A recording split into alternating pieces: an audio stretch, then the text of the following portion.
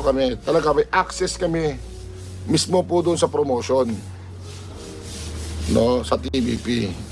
Alam na ho namin kung sino makakalaban, alam namin at kailan, at alam na rin namin kung saan gaganapin. No, yung nga lang ang pinoproblema natin, hindi pa namin pwedeng sabihin. Pero 80% alam na kung sino makakalaban talaga. Guys, magugulat kayo, no, pag nangyari to. Na magugulat kayo. Pero napakaganda pong laban to, no? Maniwala po kayo sa akin. Talagang magkakagulo ang buong Pilipinas. Hindi kaya, bakit daw may laban si Champ? Gusto pala ko din si Champ via TVP promotion, sa Mayweather promotion. Hindi, yung alam nyo guys, no? Walang katotohanan lahat yan. Malapit na ho yung pagbabalik